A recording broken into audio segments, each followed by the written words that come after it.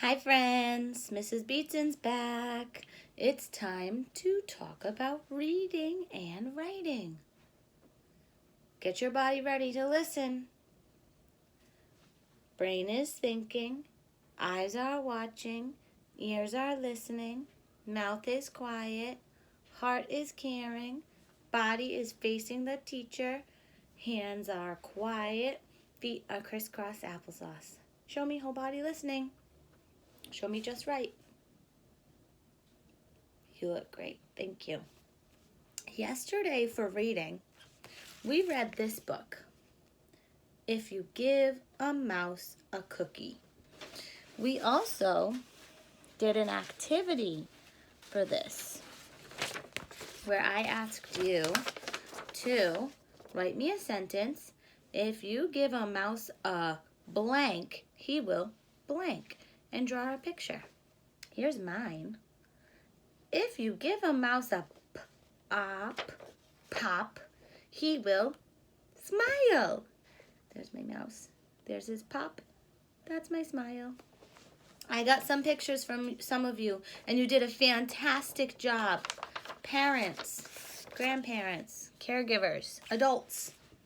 If you have not clicked on this read aloud video on my YouTube channel, where you're at right now, and listen to the story with your kiddo and completed the activity, please stop this video and go back and do that, because our read aloud today has something to do with this book.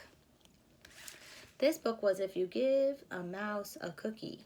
Today's read aloud is If You Give a Cat a Cupcake. Hey! I'm noticing some things. Are you noticing some things too? The author of If You Give a Mouse a Cupcake was Laura Joffe Numeroff. She wrote the words. She's the author. The author of If You Give a Cat a Cupcake is Laura Numeroff. They're the same. Laura Numeroff is the author of two of these books, both. The illustrator of If You Give a Mouse a Cookie is Felicia Bond. She drew the pictures. She's the illustrator. The illustrator of If You Give a Cat a Cupcake is Felicia Bond. They're the same. Same. This book is about a mouse who gets a cookie. The boy in the story gives the mouse a cookie, and a lot of silly things happen after that. This book is about a cat who eats a cupcake. I wonder what this story will be like. Let's find out.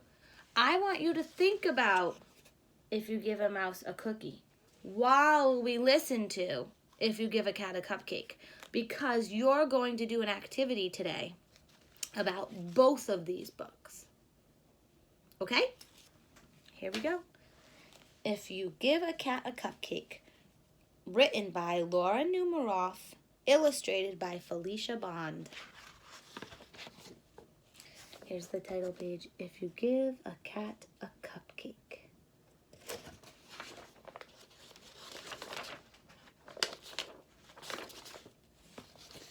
If you give a cat a cupcake, look, that girl is giving the cat a cupcake. If you give a cat a cupcake, he'll ask for some sprinkles to go with it. What do you think the girl's doing? Good guess. She's looking for sprinkles. Oh, no. When you give him the sprinkles, he might spill some on the floor. How is she feeling? Uh-oh. Cleaning up will make him hot. So, you'll give him a bathing suit. And take him to the beach.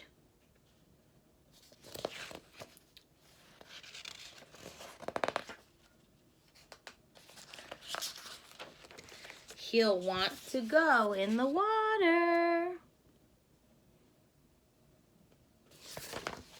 and build a sandcastle too. Then he'll look for seashells. He'll find a few other things as well. Holy moly. Look at all the things the cat found. What do you see?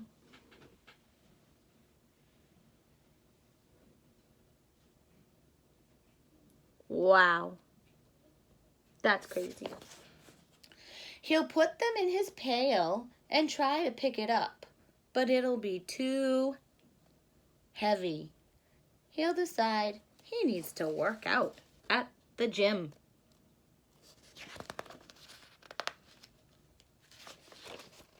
First, he'll warm up on the treadmill.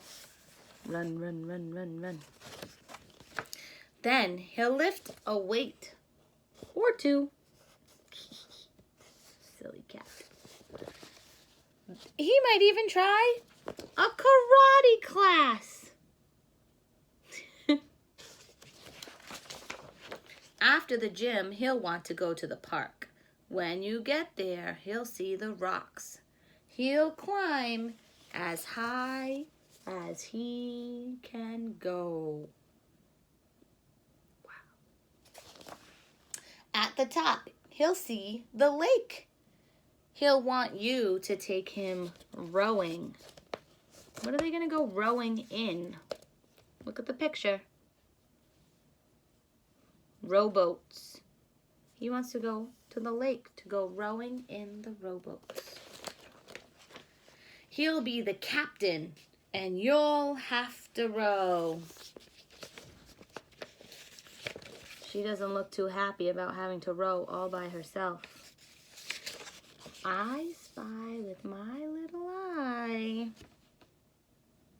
something interesting on this page. Do you see it?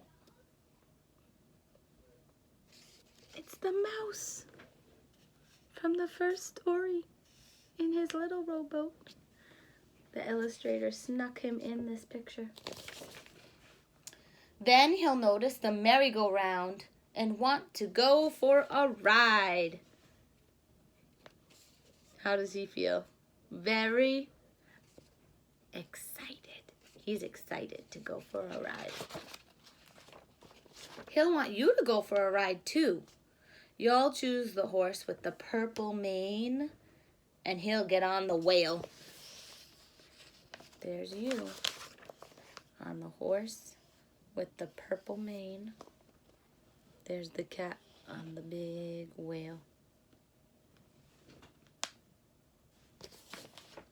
The whale will remind him of the science museum. He'll ask you to take him there. First, he'll find the dinosaurs. He went to the dinosaur exhibit at the museum. Look at how big those dinosaurs are, because that cat is so teeny tiny. Then he'll visit the Hall of Apes. What is an ape? Ape is another word for monkey. The Hall of Apes has all the monkeys. When the museum closes, you'll be the last to leave. On the way home, you'll pass by the beach. You'll help him gather all of his things. They left all their things at the beach to go? That's silly. Then he'll want to race you. Who's winning the race? Cat, way up front.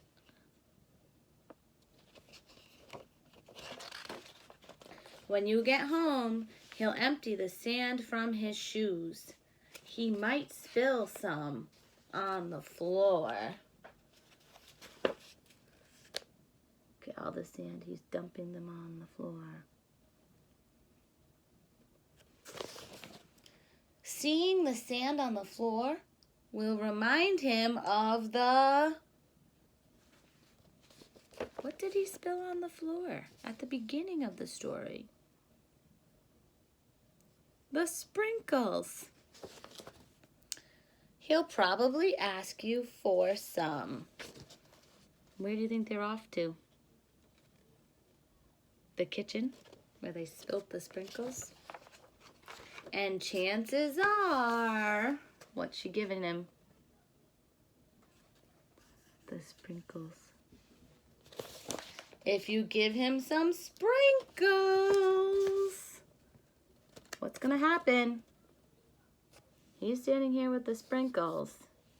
What's she doing? Getting. So what's gonna happen? Let's see if you're right. He'll want a cupcake to go with them.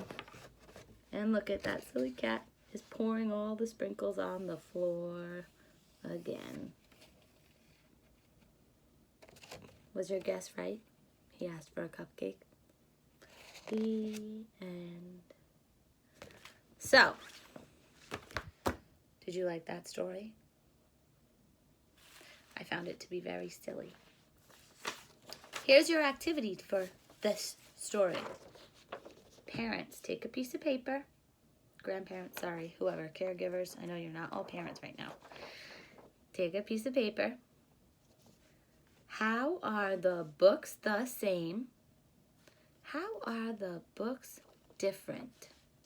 You can just write same, different, but use those words to ask your child that question. How are the books the same? How are they different?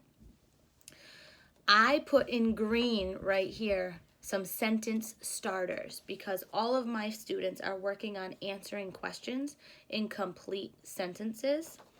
You do not have to write the green parts. If you want your child to write their answer, you can write the green part for them to then fill in. But this is just here so you can model for them what their answer should be in a complete sentence. So, how are the books the same? They are the same because your child can't just say they're the same. Your child can't just say because they have the same author. Okay? You have to have them answer in a complete sentence. How are the books the same? They are the same because. And have them try and draw a picture that matches what they told you. How are they different? How are the books different? They are different because... So, you can start them with this sentence starter and have them repeat back to you, or you can model it and then have them imitate. Have them draw a picture. If you send it to me, maybe write in some grown-up words underneath what they answered with to describe for me their picture, because I can't always interpret without being there with them. So, how are the books the same? How are they different? Let's think about it together right now. How are these books the same?